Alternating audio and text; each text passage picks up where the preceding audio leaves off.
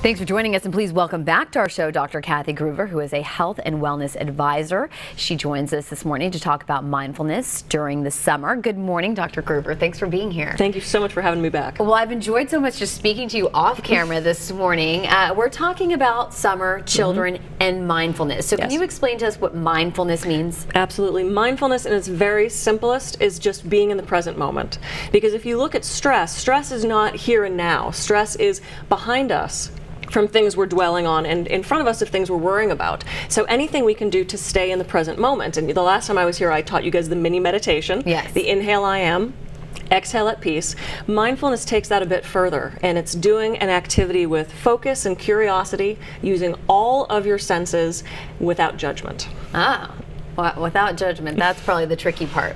Okay, let me ask you, what's an example for, say, you and a teenager to do? Because obviously I'm going to have a teenager here this summer, and so just something that can keep him focused and centered, especially if he gets frustrated. He's doing online summer school. Yeah. So what kind of tips? Yeah, absolutely. Well, the first thing is, again, it's that staying in the present moment. And you know, so often, and especially as adults, we're doing so many different things. We're driving to work and we suddenly get to the office and we go, I don't remember driving here. You know, we're completely mindless about what we're doing. So pick one activity a day and do it mindfully. Whether it's mindfully brushing your teeth, we have to do that every day, mindfully doing the dishes, mindfully petting the cat, spending time with your kid. So if you're going to do the dishes mindfully, rather than just talking and thinking and just kind of mindlessly doing them, focus on how the water feels on your hands. How does the smell of that soap smell? And inevitably, you know, one little bubble floats out of the sink. Right. Pops with a little spray of water. Getting all of your senses into that brings you into the present moment. And if you find your mind wandering, just bring it back without judgment.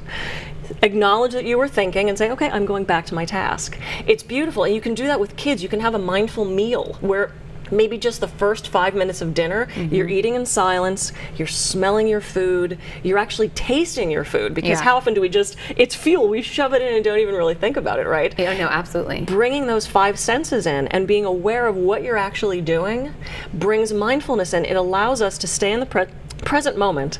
It allows us to up our cognitive function. Our memory is better. So for a teenager who's got to do summer school or tests, taking a moment, so like if you're taking the test and you're starting to get stressed about it, you don't know the answer, just take a moment, put your hands on the desk, just be calm, breathe a little bit, get back to that present moment, and then go back to your task. It gives us that time to respond rather than react.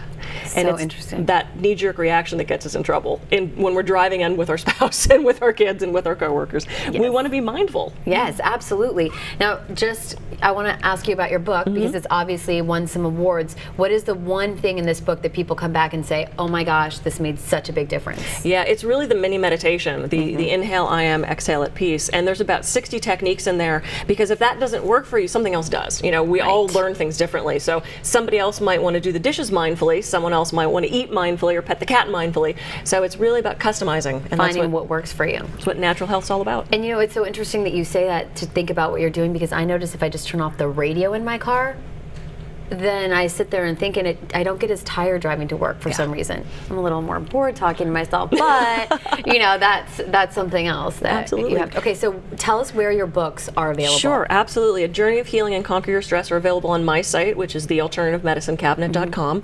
They're at Chaucer's bookstore here in Santa Barbara, and they're also on Amazon, of course. Everyone knows where Amazon is. Okay, well, thank you so much for being here. Absolutely, thanks for having me. I feel more peaceful just having you here. Good, I'm so glad.